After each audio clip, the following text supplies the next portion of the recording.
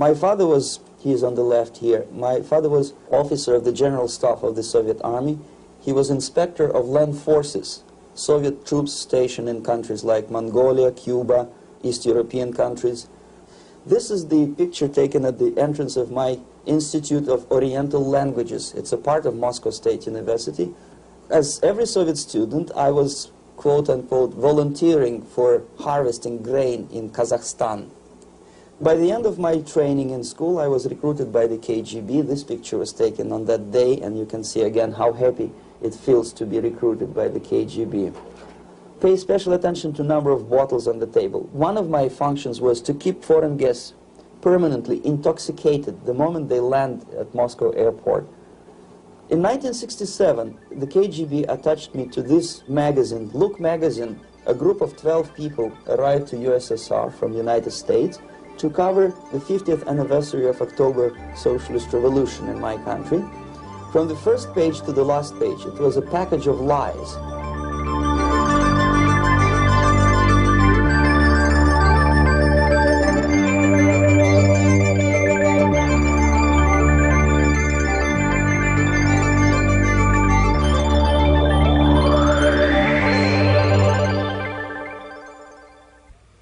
Our conversation is with Mr. Yuri Alexandrovich Bezmenov. Mr. Bezmenov was born in 1939 in a suburb of Moscow. He was the son of a high-ranking Soviet Army officer. He was educated in the elite schools inside the Soviet Union and became an expert in Indian culture and Indian languages. He had an outstanding career with Novosti, which was the, and still is, I should say, the press arm or the press agency of the Soviet Union. It turns out that this is also a front for the KGB. One of his interesting assignments was to brainwash foreign diplomats when they visited Moscow. And he'll tell us a little bit about how they did this and how they planted information which eventually wound up in the press of the free world. He escaped to the West in 1970 after becoming totally disgusted with the Soviet system, and he did this at great risk to his life. He certainly is one of the world's outstanding experts on the subject of Soviet propaganda and disinformation and active measures. Mr. Bezmenov, I'd like to begin by having you tell us a little bit about some of your childhood memories. Well, the most vivid memory of my childhood was Second World War, or to be more precise, the end of the Second World War, when all of a sudden United States, from a friendly nation, which helped us to defeat Nazism, turned overnight into a deadly enemy. And it was very shocking because all newspapers were trying to present an image of belligerent, aggressive American imperialism. Most of the things that we were taught is that United States is aggressive power, which is just about to invade our beautiful, free, socialist country, that American CIA is dropping Colorado beetles on our beautiful potato fields to eliminate our crops, and each schoolboy had a picture of Colorado bug on the back page of his notebook, and we were instructed to go into collective fields to search for those little Colorado bugs. Of course we couldn't find any, neither we could find many potatoes, and that was explained again by the encroachments of the decadent imperialist power. The anti-American paranoia, hysteria in the Soviet propaganda was to such of such a higher degree that many less skeptical people or less stubborn would really believe that the United States is just about to invade our beautiful motherland, and some secretly hope that it will come true. That's interesting. Yes. Well, getting back to life inside the Soviet Union or inside communist countries in general, in this country, at the university level primarily, we read and hear that the Soviet system is different from ours, but not that different, and that there is a convergence developing between all of the systems of the world, and that really it doesn't make an awful lot of difference what system you live under, because you have corruption and dishonesty and tyranny and all that sort of thing. From your personal experience, what is the difference between life under communism and life in the United States? Well, life is obviously very much different for simple reason that the Soviet Union is a state capitalist economically. It's a state capitalism where an individual has absolutely no rights, no value. His life is nothing. It's just like an insect. He is disposable. Whereby in the United States, even the worst criminal is treated as a human being. He has a fair trial, and some of them capitalize on their crimes. They publish their memoirs in their prisons and get handsomely paid by your crazy publishers. The differences, of course, in the daily life are very various, depending on whom we are talking about. In my own private life, I never suffered from communism simply because I was brought up in a family of high-ranking military officer. Most of the doors were open for me. Most of my expenses were paid by the government, and I never had any troubles with the authorities or with the police. So, in other words, I would say I enjoyed, or I had good reasons to enjoy, all the advantages of so-called socialist system. Mm-hmm.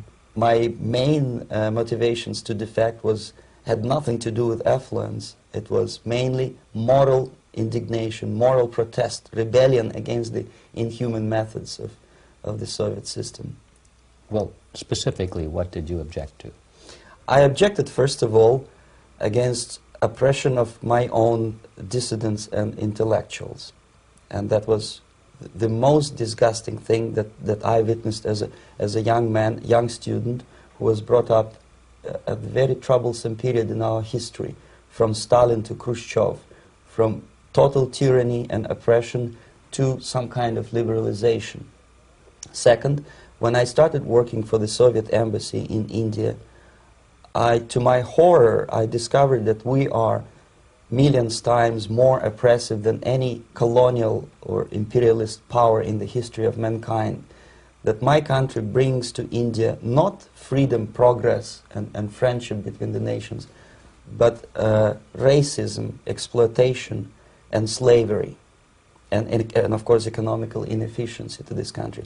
Since I fell in love with India, I developed something which by KGB standards is extremely dangerous thing. It's called split loyalty, when an agent likes a country of assignment more than his own country.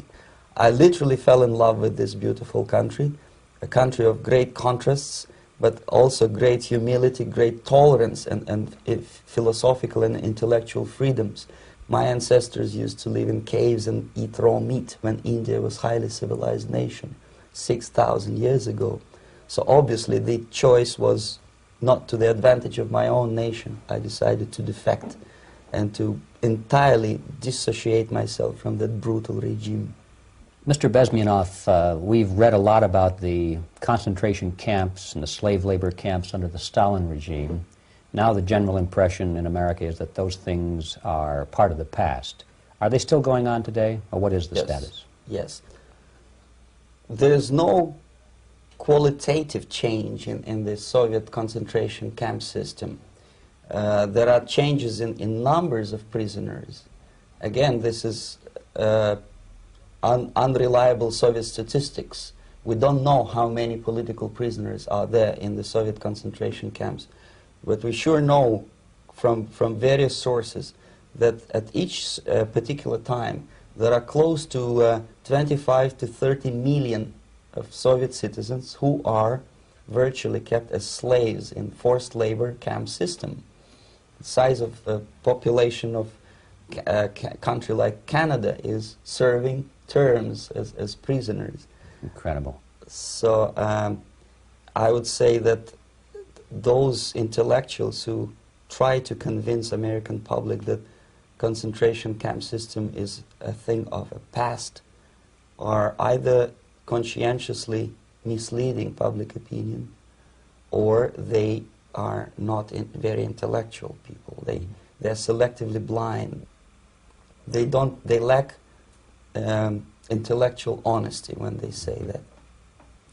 Well, we've spoken about the intellectuals in this country and also the intellectuals in the Soviet Union. What about down at the broad mass level? Do the people in general, the working people, the workers in general in the Soviet Union, do they support the system? Do they tolerate it? What is their attitude? Well, average Soviet citizen, if there is such an animal, of course, does not like the system because it hurts, it kills.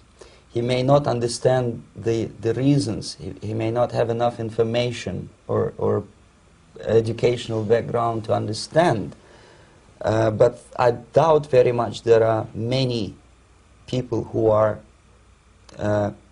conscientiously supporting the Soviet system. There are not such people in USSR. Even those who have all the reasons to enjoy socialism, people like myself, who were a member of journalistic elite, they also hate system for different reasons, though. Not because they lack material affluence, but because they are unfree to think, they're in constant fear, duplicity, split personality. And this is the greatest tragedy for my nation. Well, what do you think are the chances of the people actually overcoming their system or replacing it? There is a great possibility that system will sooner or later be destroyed from within. There is a self-destructive mechanism built into any socialist or communist or fascist system. Because there is lack of feedback, because the system does not rely upon loyalty of population. But until this Soviet junta is being supported by the Western so-called imperialists, that is, multinational companies, establishments, governments, and, let's face it, intellectuals, so-called academia in the United States is famous for supporting the Soviet system. As long as the Soviet junta will keep on receiving credits, money, technology, grain deals, and political recognition from all these traitors of democracy or freedom, there is no hope, there is not much hope for changes in my country, and the system will not collapse by itself simply because it's being nourished by so-called American imperialism. This is the greatest paradox in history of mankind, when capitalist world supports and actively nourishes its own destroyer, destructor. I think you're trying to tell us something in this country. Mm-hmm. I'm trying to tell you that it has to be stopped unless you want to end up in Gulag system and enjoy all the advantages of socialist equality, working for free, catching fleas on your body, sleeping on planks of plywood in Alaska this time, I guess. Mm-hmm. That's where Americans will belong, unless they will wake up, of course, and force their government to stop aiding Soviet fascism. Mm-hmm. Well, you told us a moment ago why you left the system. I'd like to hear the details of how you did it. It must have been a very dangerous thing. It was not so dangerous, it was crazy. First of all, because defecting in India is virtually impossible, thanks to very strong pressure from the Soviet government. Excuse me, you were in India on assignment at that time? Yes, I was working for the Soviet embassy in New Delhi as a press officer. Mm-hmm.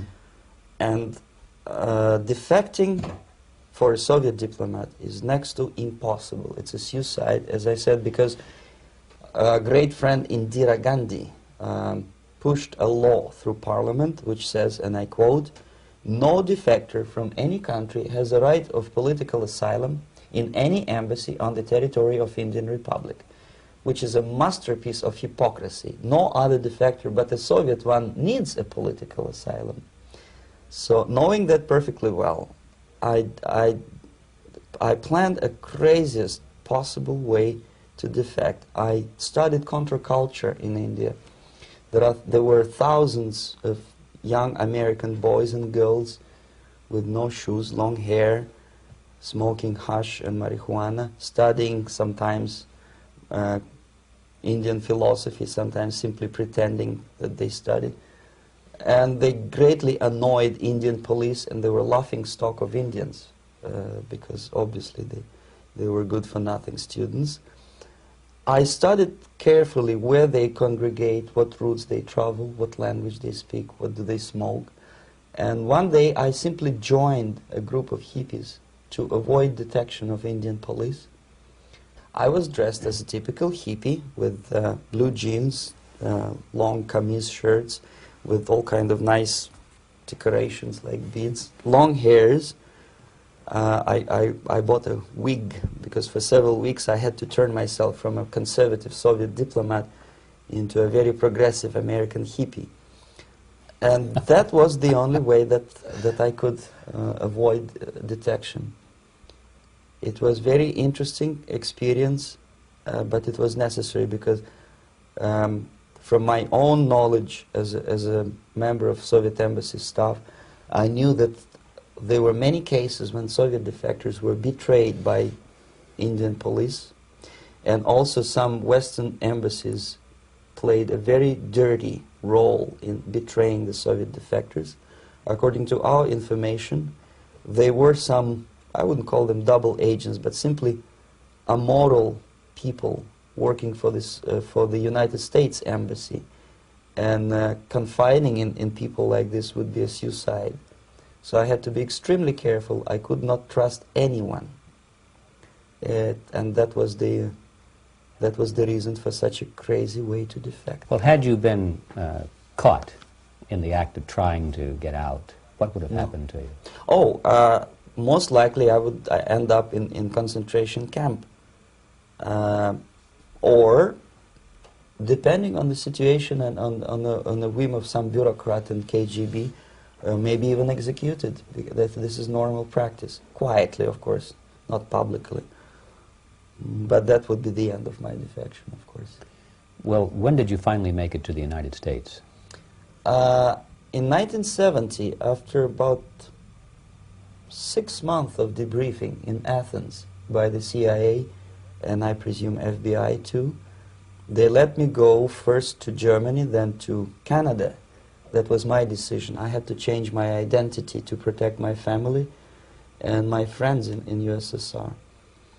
And also I was a little bit paranoid knowing that both Soviet KGB and probably some double agents within the American system may be after me. So I wanted to settle down as far away as possible. I requested CIA to give me some kind of new identity and just let me go on my own. And I settled in Canada. I was a student. I changed many professions, from farm help and laundry truck driver to language instructor and broadcaster for Canadian Broadcasting Corporations in Montreal. Well, have you had any threats on your life or any yes. unpleasant In about 5 years, KGB eventually discovered that I am working for Canadian Broadcasting. I made a very big mistake. I started working for overseas service of CBC, which is similar to Voice of America, in Russian language. And of course, monitoring service in USSR picked up every new voice.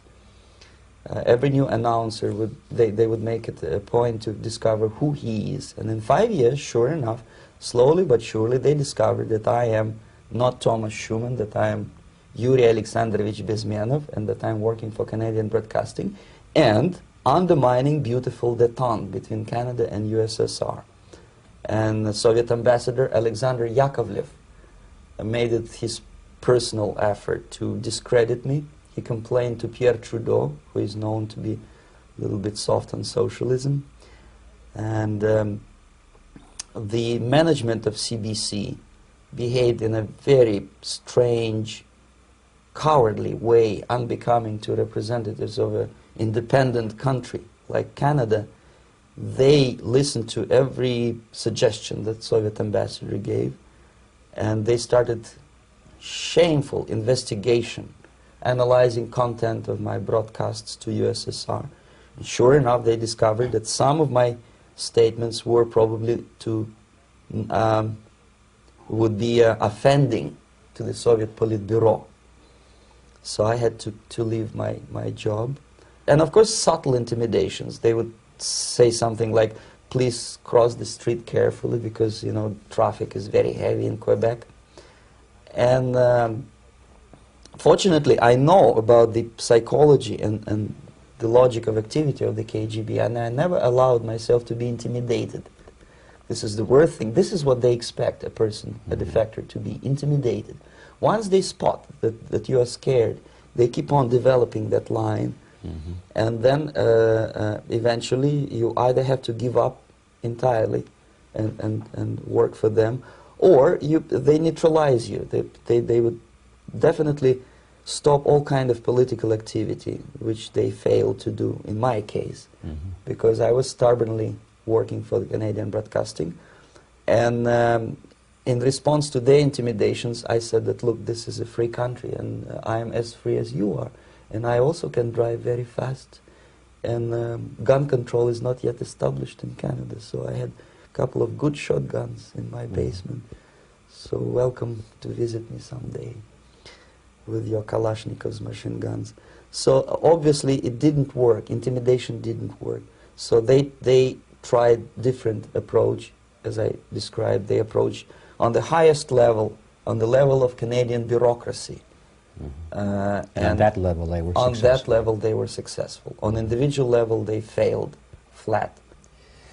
Mr. Bezmenov has brought a series of slides with him that he has taken from the Soviet Union, and I think this is a good time to take a look at the slides. Yes. Now, the viewers will be able to see these slides as we talk about them. Yes, this is a collection of slides which are, some of them are snapshots from my family album, some of them are documents which I smuggled from the Soviet embassy, and some are reproductions from local mass media. I usually show them to establish my credibility as a defector. This is a picture of my native town, Mytishi, about 20 miles north from Moscow. Characteristically, there's a statue of Comrade Lenin in the central square. This is myself at the age of 7, again, characteristically, under the statue of Comrade Stalin, extending his friendly hand to peoples of the world. At that age, of course, I was still idealistically minded young communist, and I still believe that sooner or later things will go for better. But I realized that the system stinks, that something is fishy, and that ideology is fake, and the propaganda about advanced Soviet agriculture simply didn't meet the criteria of reality. If they talk about abundance of food and there is none in the stores, there must be something wrong. My father was, he is on the left here, my father was officer of the General Staff of the Soviet Army. He was inspector of land forces, Soviet troops stationed in countries like Mongolia, Cuba, East European countries. Were he alive today, most likely he would be inspecting Soviet troops in Nicaragua, Angola, and many other parts of the world. Fortunately, he died, and he didn't see the disgrace, because deep inside he was a Russian patriot. He didn't like the idea of expanding Soviet military might, especially in the areas where we were not welcomed at all. Unlike many other military officers, he was reporting directly to the Minister of Defense, bypassing KGB and diplomatic service. In other words, he was a trusted military professional. And my impression that this type of people are much less hawkish and adventuristic than party bureaucrats in Kremlin. When American mass media describes Soviet military as potentially dangerous counterpart for Pentagon, I simply laugh, because I know better. I know that the most dangerous part of the Soviet power structures are not military at all. Most likely, if they come to power in my country, they'll be more sensible negotiators for nuclear disarmament and withdrawal of the Soviet troops from many parts of the world. But if someone from the party structure or the KGB structure were to give the orders for a military intervention, they have to obey, they yes, would follow, because they are professional military. But they, you see, the triangle of power and hate in USSR is the party at the top, the party elite, the oligarchy of the party, then the military, and the KGB at the bottom. They hate each other, and the most hated triangle, the most hated corner of the triangle is the Communist Party bureaucrats. They are the most adventuristic, senile megalomaniacs. They can start war, I wouldn't be surprised. Not the military. They know what war is. Yes. At least my father did. This is the picture taken at the entrance of my Institute of Oriental Languages. It's a part of Moscow State University. I graduated in 1963. And now, excuse me, which one were you on? I am on the right. You're on the right. And on the left is my my schoolmate Vadim Smirnov, who later was a apparatchik in the Central Committee of the Soviet Union Communist Party. What is an apparatchik? It's a functionary, something like civil service in British Empire. Someone who is never fired from the service. He stays there internally. He may not be promoted too high, but he's a dependable bureaucrat who will stay forever. I studied not only languages, but also history, literature, even music. I'm on this picture, I'm trying to learn how to play Indian musical instrument. I even tried to look like an Indian when I was second-year student. Not bad, really. Yes, actually it was strongly encouraged by the instructors in my school, because the graduates of my school were later on employed as diplomats, foreign journalists, or spies. As every Soviet student, I was quote-unquote volunteering for harvesting grain in Kazakhstan. This is the biggest agricultural blunder of the Soviet government. But I didn't have much choice, of course, because the communist motto borrowed from the Bible says, "Those who do not work shall not eat." And you can see me eating, therefore I was working, and you can see how happy I was about it. I went through a very extensive physical and military training, including the military games in areas, suburban areas of Moscow. And here, for example, we are on a tour in Arkhangelsk area.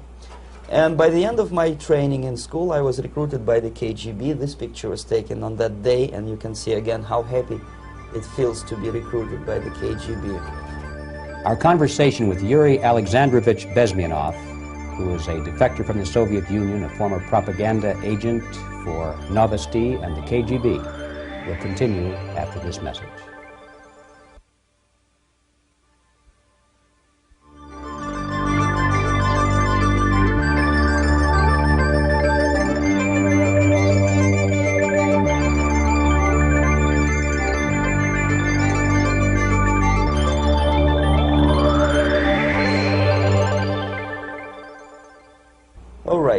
As every student in USSR, I went through very extensive physical and military training and civil defense training too. Unlike in the United States, where civil defense is virtually non-existent, zero. In USSR, every student, whatever his major subject, has to go through very extensive 4-year military and civil defense training. You can see me here with a group of students during one of the war games near Moscow. The main idea, of course, is to prepare a huge reserve army of the USSR. Each student has to graduate as a junior lieutenant. In my case, it was administrative and military intelligence service. My first assignment was to India as a translator with the Soviet Economical Aid Group, building refinery complexes in Bihar state and Gujarat state. At that time, I was still naively, idealistically believing that what I was doing contributes to the understanding and cooperation between the nations. It took me quite a number of years to realize that what we were bringing to India was a new type of colonialism, 1,000 times more oppressive and exploitative than any colonialism or imperialism in history of mankind. But at that time, I was still hoping that, well, maybe it's not that bad, could be worse, and things may go for better. And I even tried to implement the beautiful Marxist motto, "Proletarians of all the countries unite." I tried to unite with a nice Indian girl, and I was fascinated by Indian culture, by the family life in this country. But obviously, Communist Party had different plans for my genes, so I had to marry this beautiful Russian girl. In the span of my career, I married 3 times. Most of these marriages were marriages of convenience, on advice from the Department of Personnel. This is normal practice in USSR. When a Soviet citizen is assigned to a foreign job, he has to be married, either to keep family in USSR as hostages, or, if it's a convenience marriage like mine, so that the husband and wife are virtually informers on each other to prevent defection or contamination by decadent imperialist or capitalist ideas.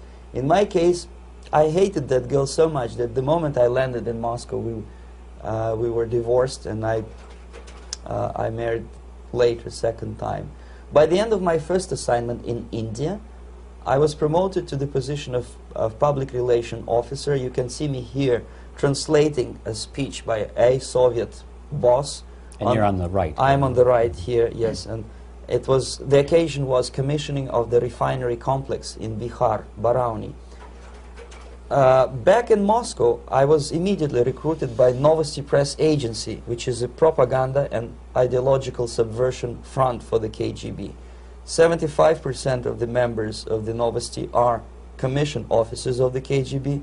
The other 25 are, like myself, co-opted agents who are assigned to specific operations. In this particular case, you can see me talking to students of Lumumba Friendship University in Moscow. This is a huge school under the direct control of the KGB and Central Committee, where future leaders of the so-called national liberation movements are being educated and selected carefully. And some of them have absolutely, this, for example, is a group of students from Lumumba. They don't look like students at all. They look more like military, and that's exactly what they were. They were dispatched back to their countries to be leaders of the so-called national liberation movements, or to be translated into normal human language, leaders of international terrorist groups. Another area of activity when I was working for the Novosti was to accompany groups of so-called progressive intellectuals, writers, journalists, publishers, teachers, professors of colleges. You can see me here in Kremlin. I'm second on the left, with a group of Pakistani and Indian intellectuals. Most of them pretended they don't understand that we are actually working on behalf of the Soviet government and the KGB. They pretended that they are actually being guests, VIP intellectuals, that they are treated according to their merits and their intellectual abilities.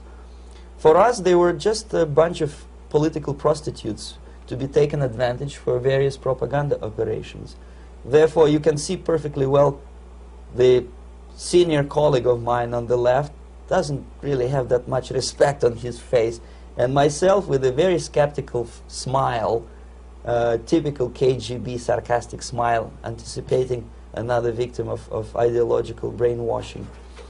This is how a typical conference in Novosti headquarters in Moscow looked like.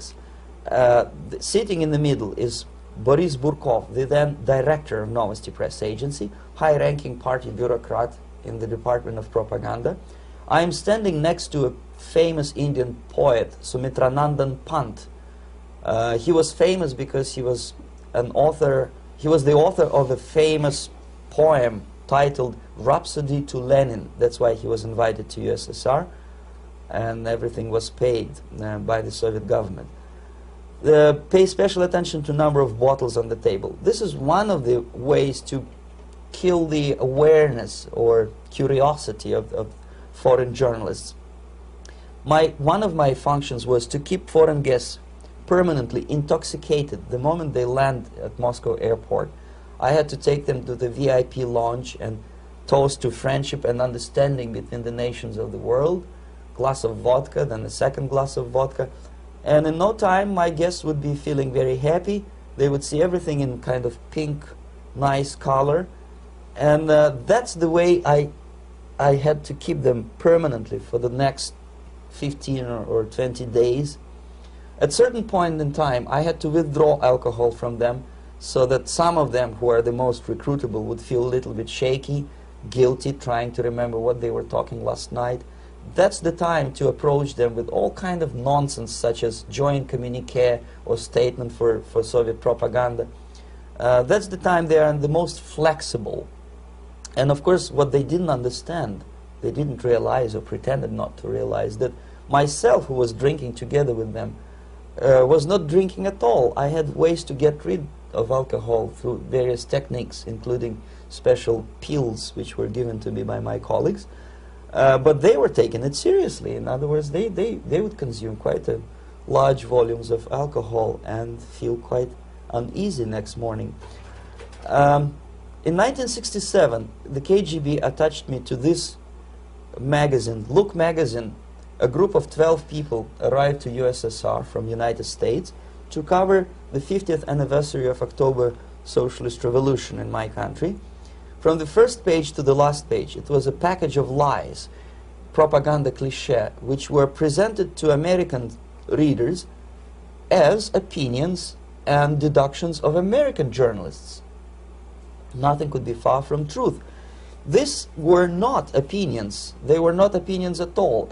They were the clichés which the Soviet propaganda wants American public to think that they think. If it does make any sense at all.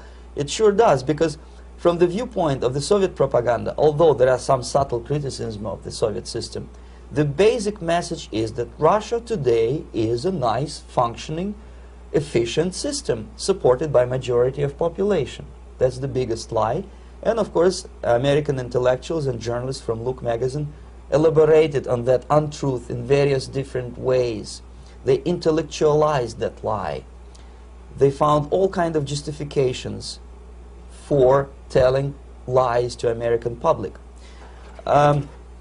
Excuse me, it was partly your job to make sure that they got these ideas, yes, and accepted them as their own ideas. Right. Actually, even before they arrived to USSR, and they paid astronomical sum of money for that visit, they were submitted, this Novosti Press Agency developed so-called backgrounders, 20-25 pages of information and opinions which were presented to the journalists even before they bought their tickets to Moscow.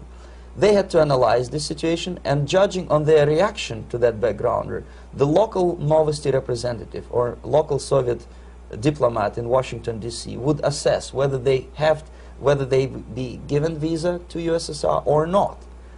So but they were selected ahead of time. Oh yes, they were pre-selected very carefully, and there is not much chance for honest journalists to arrive to USSR and to stay there for 1 year and to bring this package of lies back home. This, for example, is a centerfold of the Look magazine. They presented this monument erected by Communist Party in Stalingrad as the symbol, personification of Russian military might. And they said in the article, which is published on the site, that Soviets are very proud of the victory in the Second World War. This is another big myth, a lie. No sensible people would be proud to lose 20 millions of their countrymen in a war which was started by Genoese Hitler and Comrade Stalin and paid by American multinationals. Most of the Soviet citizens look at this type of monuments with disgust and sorrow, because every family lost father, brother, sister, or child in the Second World War. Yet American journalists who were trying to appease, to please their hosts, presented this picture on the centerfold as the symbol and personification of Soviet national, they call it Russian national spirit. And it was greatest misconception and a very tragic misunderstanding. Of course, Look magazine was not distributed in USSR. The main audience was in United States. But I presume that many Americans, millions of Americans who were reading Look magazine at that time, had absolutely wrong idea about the sentiments of my nation, about what the Soviets are proud of and what they hate. This is a group, you see the same lady with the sword in Stalingrad. This is the group of journalists. Myself is in the center with the same devilish smile. And Mr. Philip Harrington is on the extreme left there with his camera. This is the gentleman which was so deaf or so uninterested in what I had to say to him. This is the same picture, a blow-up of the same picture. Many guests from various countries, in this particular case from Asia and Africa, were taken by me as a Novosti Press Agency employee for a tour across Siberia, for example. We would show them typical kindergarten, you see. Nothing special by American standards. Just nice children sitting, eating their breakfast or lunch. What they could not understand, or they pretended not to understand, that this is an exemplary kindergarten. This is not the kindergarten for average person or average family in USSR. And we maintain that illusion in their minds. You can see myself under the red spot in the middle there, with the same business-like expression. I'm doing my job. That's what I'm assigned to do, and that's what I was paid to do. But deep inside, I still hope that at least some of these useful idiots would understand that what they are looking at has nothing to do with the level of affluence in my nation. This is a better picture which reflects the true spirit of the Soviet childhood. This picture was printed in a Canadian government publication by mistake. In the middle, you can see children playing on a small courtyard, and the caption goes, "This is a typical kindergarten in Siberia." What these idiots didn't understand, that it is not kindergarten at all. It is a prison for children of political prisoners. But there was not a single mentioning that what they were visiting actually was an area of concentration camps.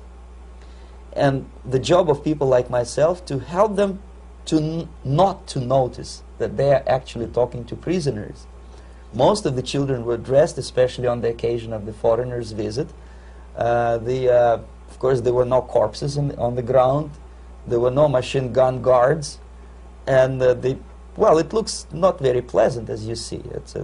It looks dull, but obviously it does not create an impression that this is actually a prison. Well, did any of the journalists have the curiosity to ask about prisons and that kind of thing? Yes. They were in Siberia. This is what you associate. Yes, some of them asked questions, and naturally we would give them, for the stupid question, we give them stupid answer. No, there are no prisons in Siberia. No, most of the people who you see are free citizens of USSR. They are very happy to be here, and they are contributing to the glory of the socialist system.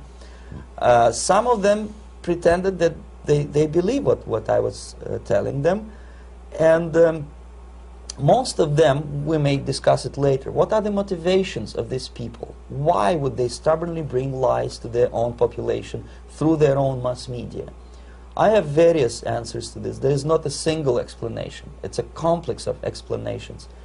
It's fear, pure biological fear. They understand that they are on the territory of an enemy state, a police state. And just to save their rotten skins and their miserable jobs, their affluence back home, they would prefer to tell a lie than to ask truthful questions and report truthful information. Second, most of these schmucks were afraid to lose their jobs, because obviously if you tell truth about my country, you will not last long as a correspondent of New York Times or Los Angeles Times. They will fire you. What kind of correspondent are you? You obviously cannot find common language with Russians if they kick you out in 24 hours. So just by trying to be conformist to their own editorial bosses, they tried not to offend the sentiments of the Soviet administrators and people like myself. Deep inside, I hope they would insult my or offend my sentiments. Obviously, they preferred not to. Another reason, I refuse to believe it, but obviously, there is another reason. Obviously, it's a greed. These people earn a lot of money. When they come back to USA, they claim that they are experts on my country. They write books which sells in million copies, titled like Russians, The Truth About Russia. Most of it is lie about Russia. Yet they claim to be Sovietologists. They play back myth about my country, the propaganda cliches. Yet they stubbornly resist the word of truth. If a person like Solzhenitsyn is either defecting or kicked out of USSR, they try all their best to discredit him and to discourage him. I don't have much chance to appear on national network with a true story about my country. But a useful idiot like Hendrik Smith or Robert Kaiser, they are big heroes. They come back from USSR. They say, oh, we were talking to dissidents in Russia. Big deal. Soviet dissidents are chasing American correspondents in the streets, and they are cowardly escaping from these contacts. For some strange reason, if you want to know more about Spain, you refer to Spanish writers. If you want to learn more about French, you read French writers. Even about Antarctica, I bet you would read Penguins. Only about the Soviet Union, for some strange reason, you read Hendricks and Schmendricks and all kind of Kissingers, because they claim that they know more about my country. They know nothing, or next to nothing, or they pretend that they know more than they actually do. I would say they are dishonest people who lack integrity and common sense and intellectual honesty. They bring back all kind of stories like that. A kindergarten in Siberia. Omitting the most important fact, it's a prison for children of political prisoners. Another greatest example of monumental idiocy of American politicians. Edward Kennedy was in Moscow, and he thought that he is a popular, charismatic American politician who is easygoing, who can smile, dance at the wedding in Russian Palace of Marriages. What he did not understand, or maybe he pretended not to understand, that actually he was being taken for a ride. This is a staged wedding, especially to impress foreign media, or useful idiots like Ed Kennedy. Most of the guests there, they had security clearance, and they were instructed what to say to foreigners. This is exactly what I was doing. You can see me in the same damn wedding palace in Moscow where Ed Kennedy was dancing here. You see, smiling. He thinks he's very smart. From the viewpoint of Russian citizens who observe this idiocy, he's narrow-minded, egocentrical idiot who tries to earn his own popularity through participation in propaganda farces like this. Here you can see myself. On the right, again, exemplary Soviet bride. On the left, 3 journalists from various countries, Asia, Africa, and Latin America. Obviously, they enjoying the situation. They will go back home and write the reports. We were present on a regular Soviet wedding. They were not present on a regular Soviet wedding. They were present, they were parts of a farce, of a circus performance. Another thing which I had to, sometimes risking my life, to explain to foreigners. Time magazine, for example, is very critical of South African racist regime. The whole article was dedicated to the shameful internal passport system where blacks are not allowing to live with whites. For some strange reason, for the last 14 years since my defection, nobody wanted to pay attention to my passport. This is my passport. It also shows my nationality, and it has a police rubber stamp, which is called propiska in Russian language, which assigns me to a certain area of residence. I cannot leave that area, same way as this black man cannot leave the area in South Africa. Yet we call South African government racist regime. Not a single Jane Schmonda or Fonda is brave enough, courageous enough to come to media and say, look, this is what happens in USSR. I send a copy of my passport to many American liberals and civil rights defenders and all the other useful idiots. They never bothered to answer me back. This shows what kind of integrity, what kind of honesty these people are. They're a bunch of hypocrites because they don't want to recognize a good example of racism in my country. This is the first stage of befriending a professor. You can see myself on the left with the same James Bond smile. On the right is my KGB supervisor, Comrade Leonid Mitrokhin, and in the middle a professor of political science in Delhi University. The next stage would be to invite him to a gathering of Indo-Soviet Friendship Society. There he is sitting next to his wife before he is being sent to USSR for free trip. Everything is paid by the Soviet government. He was made to believe that he is invited to USSR because he is a talented, sober-thinking intellectual. Absolutely false. He is invited because he is a useful idiot, because he would agree and subscribe to most of the Soviet propaganda cliché. And when he is coming back to his own country, he is going for years and years to teach the beauties of Soviet socialism to newer and newer generations of his students, thus promoting the Soviet propaganda line. The KGB was even curious about this gentleman. It may look innocent. Maharishi Mahesh Yogi, a great spiritual leader, or maybe a great charlatan and crook, depending on from which side you are looking at him. Beatles were trained at his ashram in Hardwar in India how to meditate. Mia Farrow and other useful idiots from Hollywood visited his school, and they returned back to United States absolutely zonked out of their minds with marijuana, hashish, and crazy ideas of meditation. To meditate, in other words, to isolate oneself from the current social and political issues of your own country. To get into your own bubble, to forget about troubles of the world.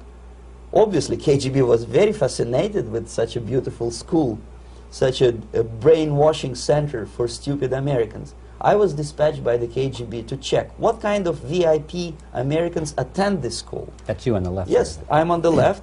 I was trying to get enrolled in that school. Unfortunately, the Maharishi Mahesh Yogi asked too much. He wanted $500 American for enrollment.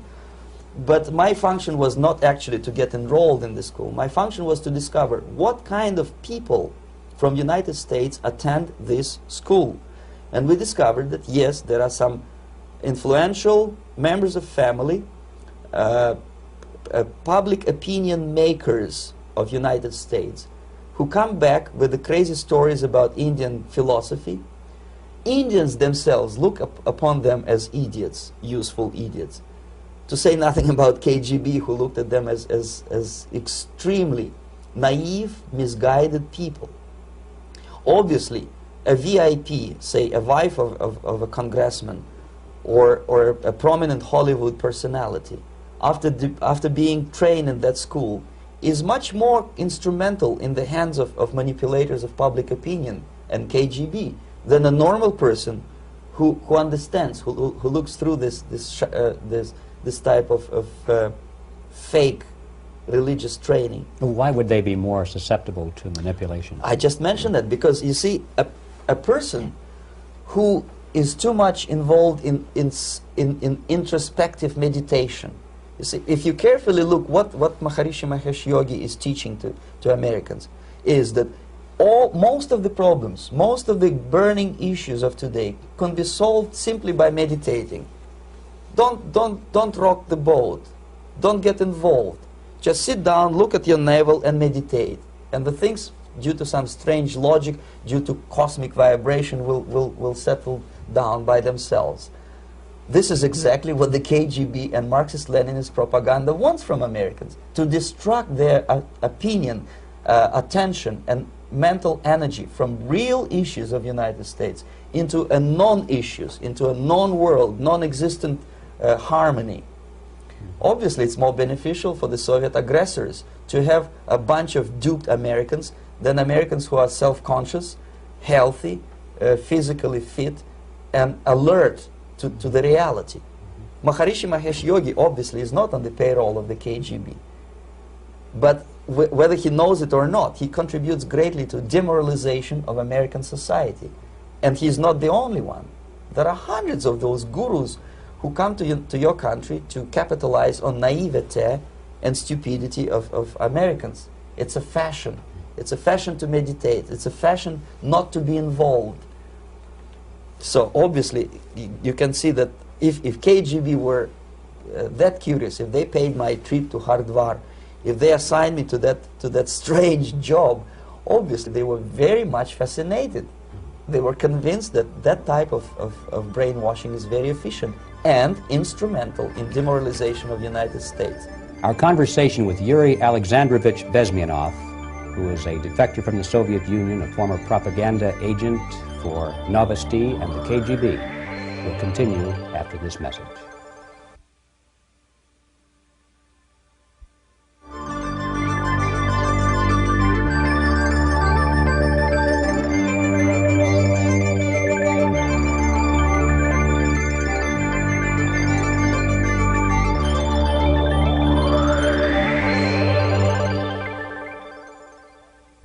This picture shows the part of the building of USSR embassy, and my supervisors. On the left is Comrade Mehdi, an Indian communist, and on the right, Comrade Mitrokhin, my supervisors in the secret department of research and counter-propaganda.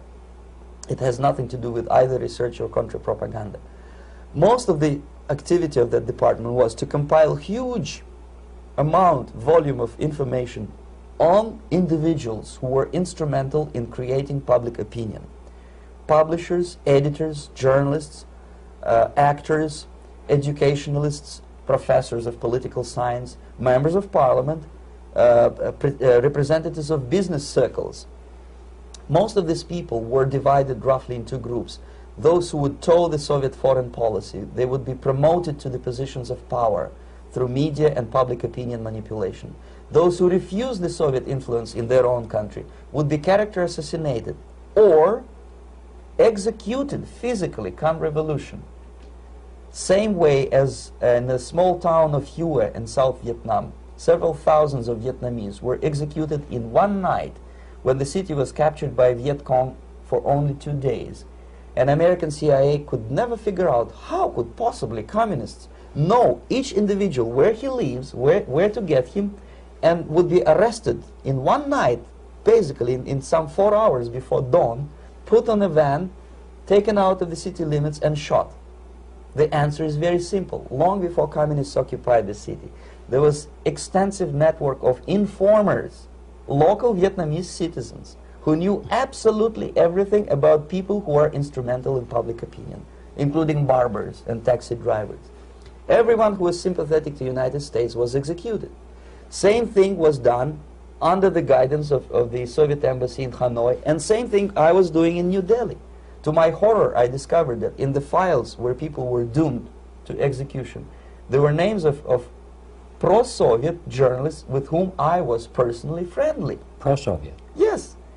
They were idealistically minded leftists who made several visits to USSR, and yet the KGB decided that come revolution or drastic changes in political structure of India, they will have to go. Why is that? Because they know too much. Simply because, you see, the useful idiots, the leftists who are idealistically believing in the beauty of Soviet socialist or communist or whatever system, when they get disillusioned, they become the worst enemies. That's why my KGB instructors specifically made a point, never bother with leftists. Forget about these political prostitutes. Aim higher. This was my instruction. Try to get into large circulation, established conservative media. Reach, filthy rich movie makers, intellectuals, so-called academic circles. Cynical, egocentric people who can look into your eyes with angelic expression and tell you a lie. These are the most recruitable people, people who lack moral principles, who are either too greedy or too suffer from self-importance. They feel that they matter a lot. These are the people who KGB wanted very much to recruit. But to eliminate the others, to execute the others, don't they serve some purpose? Wouldn't they be the ones they rely on? They serve purpose only at the stage of destabilization of a nation. For example, your leftists in United States, all these professors and all these beautiful civil rights defenders, they are instrumental in the process of the subversion only to destabilize the nation. When their job is completed, they are not needed anymore. They know too much. Some of them, when they get disillusioned, when they see that Marxist-Leninists come to power, obviously they get offended. They think that they will come to power. That will never happen, of course. They will be lined up against the wall and shot.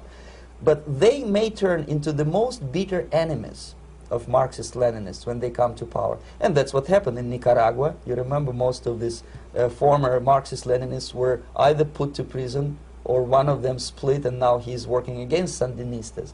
It happened in Grenada when Maurice Bishop was already a Marxist. He was executed by a new Marxist who was more Marxist than this Marxist.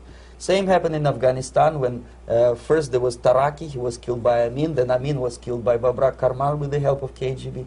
Same happened in Bangladesh when Mujibur Rahman, very pro-Soviet leftist, was assassinated by his own Marxist-Leninist military comrades. It's the same pattern everywhere. The moment they serve their purpose, all the useful idiots are either be executed entirely, all the idealistically minded Marxists, or exiled, or put in prisons, like in Cuba. Many former Marxists are in Cuba, in prison. So most of the Indians who were cooperating with the Soviets, especially with our Department of Information of the USSR Embassy, were listed for execution. And when I discovered that fact, of course I was sick. I was mentally and physically sick. I thought that I'm going to explode one day during the briefing at the ambassador's office. I would stand up and say something that we are basically a bunch of murderers. That's what we are. It has nothing to do with friendship and understanding between the nation and blah, blah, blah. We are murderers. We behave as a bunch of thugs in a country which is hospitable to us, a country which with ancient traditions. But I did not defect. I tried to get the message across. To my horror, nobody wanted even to listen, least of all to believe what I had to say. And I tried all kinds of tricks. I would leak information through letters or lost documents or something like that. And still I got no message. The message was not published, even in the conservative mass media of India.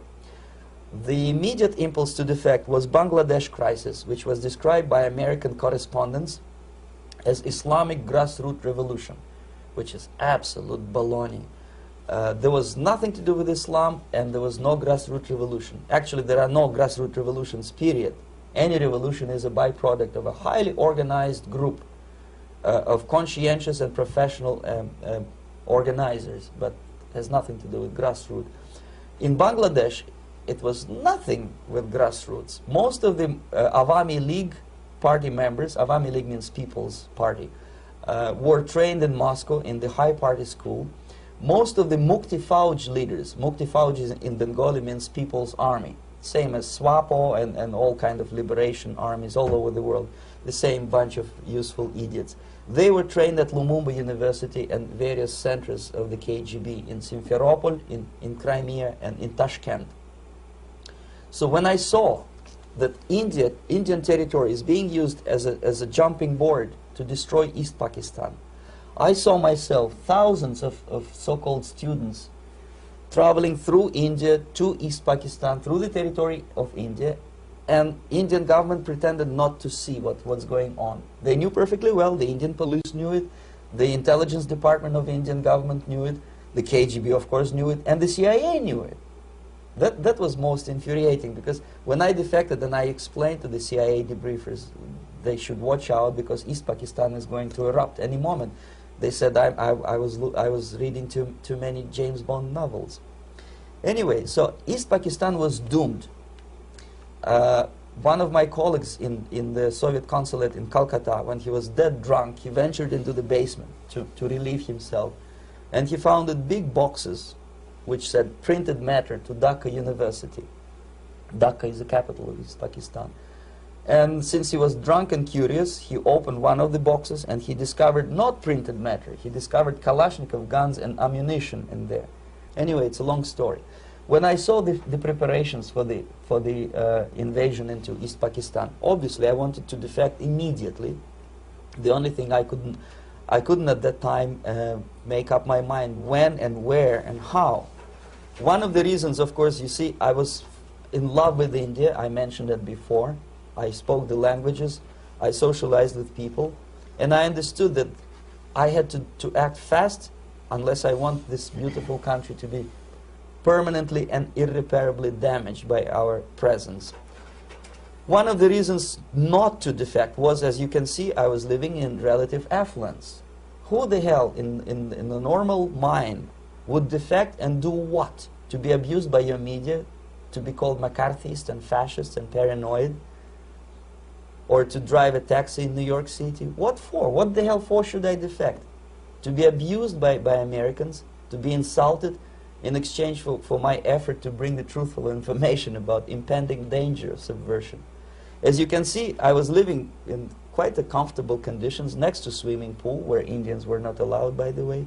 I was highly paid expert in propaganda. I had my family. I was respected by my nation. My career was cloudless. The third reason, how to defect with the family. To defect with a baby and a wife would be virtual suicide, because according to law, that hypocritical law which I quoted before, the Indian police will have to hand me over back to the KGB, and that will be the end of my defection and probably my life. Again, I cannot smuggle my wife because she was not quite sure what I was doing. She was not that idealistically involved, and she was definitely not in the total picture of what I was doing for the KGB. She would be shocked if I you know, put her in my van and drive her to the American embassy or elsewhere. That would be a greatest danger. So again, I had to defect in such a way that my defection would look as simple disappearance. And there were many cases like that when the Soviet agents simply disappeared, either killed in action or, thanks to their curiosity and their close contacts with radicals, some of them were killed by the Marxists, by the way. It happened in many African countries when the Soviet KGB were killed by Africans themselves. Not because they hated Marxism-Leninism, but because they were simply trigger-happy bunch of unruly characters. If you give them a machine gun, they will shoot. And some of the Soviets obviously were not careful enough to protect themselves, and they got into embarrassing situations when they were shot at the crossfire between factions of so-called liberation movements. Anyway, so I decided, as I said, to study the counterculture. I decided this probably would be the best way to disappear.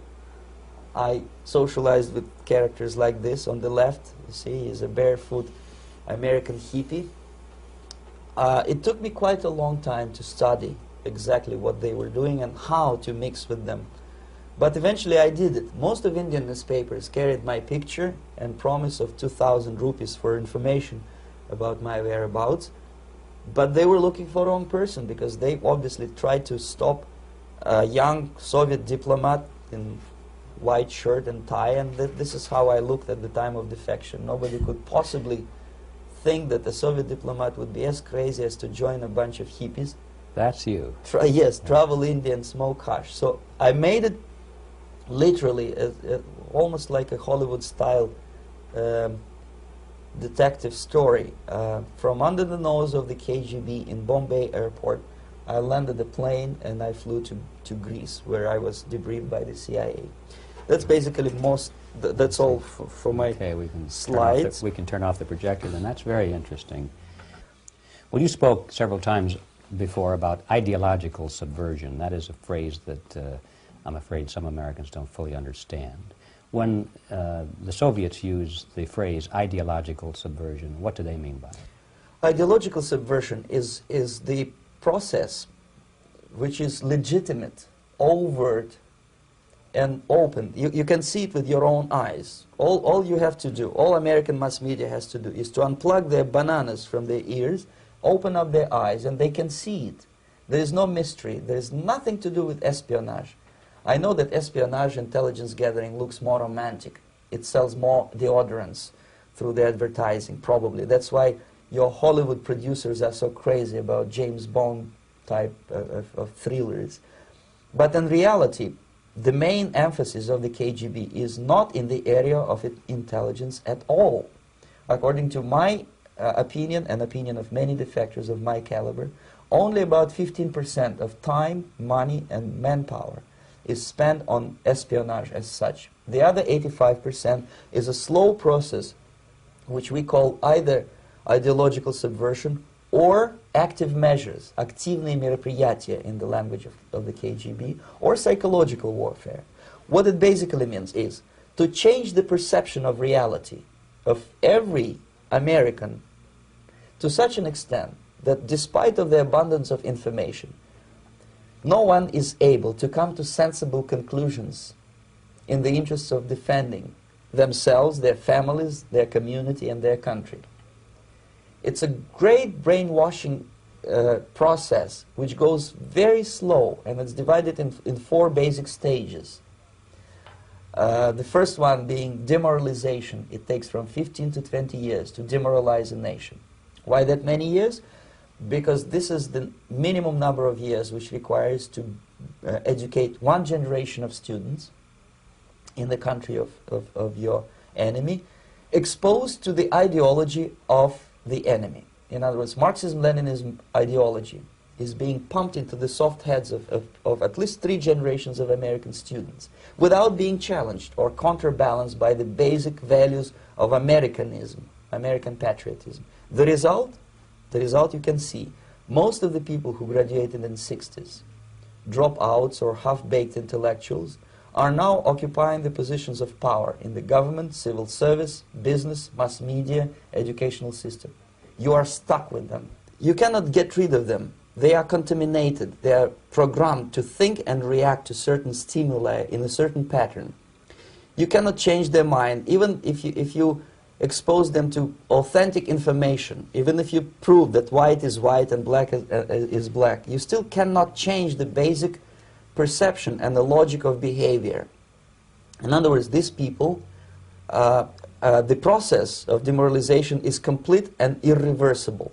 To get rid society of these people, you need another 20 or 15 years to educate a new generation of patriotically minded and common sense people who would be acting in favor and in the interests of United States society. And yet these people who've been programmed and, as you say, in place and Yes. who are favorable to an opening with the Soviet concept, these are the very people who would be marked for extermination in this country? Most of them, yes. Simply because the psychological shock when they will see in future what the beautiful society of equality and social justice means in practice, obviously they will revolt. They will be very unhappy, frustrated people. And the Marxist-Leninist regime does not tolerate these people. Obviously they will join the links of dissenters, dissidents. Yes. Unlike in present United States, there will be no place for dissent in future Marxist-Leninist America. Here you can get popular like Daniel Ellsberg and filthy rich like Jane Fonda for being dissident, for criticizing your Pentagon. In future, these people will be simply squashed like cockroaches. Nobody is going to pay them nothing for their beautiful, noble ideas of equality. This they don't understand, and it will be a greatest shock for them, of course. The demoralization process in the United States is basically completed already. For the last 25 years, actually it's overfulfilled, because demoralization now reaches such areas where previously not even Comrade Andropov and all his experts would even dream of such a tremendous success. Most of it is done by Americans to Americans, thanks to lack of moral standards. As I mentioned before, exposure to true information does not matter anymore. A person who was demoralized is unable to assess true information. The facts tell nothing to him. Even if I shower him with information, with authentic proof, with documents, with pictures, even if I take him by force to the Soviet Union and show him concentration camp, he will refuse to believe it until he is going to receive a kick in his fat bottom. When a military boot crashes his balls, then he will understand, but not before that. That's the tragic of the situation of demoralization. So basically America is stuck with demoralization, and unless, even if you start right now, here, this minute, you start educating new generation of Americans, it will still take you 15 to 20 years to turn the tide of ideological perception of reality back to normalcy and patriotism. The next stage is destabilization. This time, subverter does not care about your ideas and the patterns of your consumption. Whether you eat junk food and get fat and flabby, doesn't matter anymore. This time, and it takes only from 2 to 5 years to destabilize a nation, what matters is essentials: economy, foreign relations, defense systems. And you can see it quite clearly that in some areas, in such sensitive areas as defense and economy, the influence of Marxist-Leninist ideas in the United States is absolutely fantastic. I could never believe it 14 years ago when I landed in this part of the world, that the process will go that fast. The next stage, of course, is crisis. It may take only up to 6 weeks to bring a country to the verge of crisis. You can see it in Central America now. And after crisis, with a violent change of power, structure, and economy, you have so-called the period of normalization. It may last indefinitely. Normalization is a cynical expression borrowed from Soviet propaganda. When the Soviet tanks moved into Czechoslovakia in '68, Comrade Brezhnev said, "Now the situation in brotherly Czechoslovakia is normalized." This is what will happen in the United States if you allow all these schmucks to bring the country to crisis, to promise people all kind of goodies and the paradise on earth, to destabilize your economy, to eliminate the principle of free market competition, and to put a big brother government in Washington, D.C., with benevolent dictators like Walter Mondale, who will promise lots of things, never mind whether the promises are fulfillable or not. He will go to Moscow to kiss the bottoms of new generation of Soviet assassins, never mind. He will create false illusions that the situation is under control. Situation is not under control. Situation is disgustingly out of control. Most of the American politicians, media, and educational system trains another generation of people who think they are living at a peacetime. False. United States is in the state of war, undeclared total war against the basic principles and the foundations of this system. And the initiator of this war is not Comrade Andropov, of course. It's the system. However ridiculous it may sound, the world communist system or the world communist conspiracy, whether I scare some people or not, I don't give a hoot. If you are not scared by now, nothing can scare you. But you don't have to be paranoid about it. What actually happens now, that unlike myself, you have literally several years to live on unless the United States wake up. The time bomb is ticking. With every second, the disaster is coming closer and closer. Unlike myself, you will have nowhere to defect to, unless you want to live in Antarctica with penguins. This is it. This is the last country of freedom and possibility. Okay, so what do we do? What is your recommendation to the American people? Well, the immediate thing that comes to my mind is, of course, there must be a very strong national effort to educate people in the spirit of real patriotism, number one. Number two, to explain them the real danger of socialist, communist, whatever, welfare state, big brother government. If people will fail to grasp the impending danger of that development, nothing ever can help United States. You may kiss goodbye to your freedom, including freedoms to homosexuals, to prison inmate. All this freedom will vanish, evaporate in 5 seconds, including your precious lives. The second thing, the moment at least part of United States population is convinced that the danger is real, they have to force their government. And I'm not talking about sending letters, signing petitions, and all this beautiful, noble activity. I'm talking about forcing United States government to stop aiding communism. Because there is no other problem more burning and urgent than to stop the Soviet military-industrial complex from destroying whatever is left of the free world. And it is very easy to do. No credits, no technology, no money, no political or diplomatic recognition, and of course no such idiocy as grain deals to USSR. The Soviet people, 270 millions of Soviets, will be eternally thankful to you if you stop aiding a bunch of murderers who sit now in Kremlin and whom President Reagan respectfully calls government. They do not govern anything, least of all such complexity as the Soviet economy.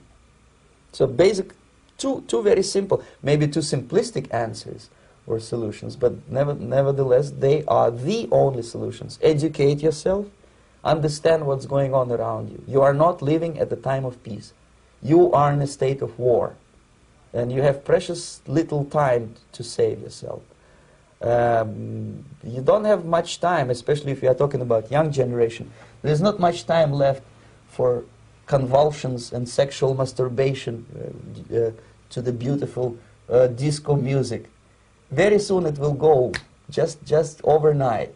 If we are talking about capitalists or wealthy businessmen, I think they are selling the rope on which they will hang very soon.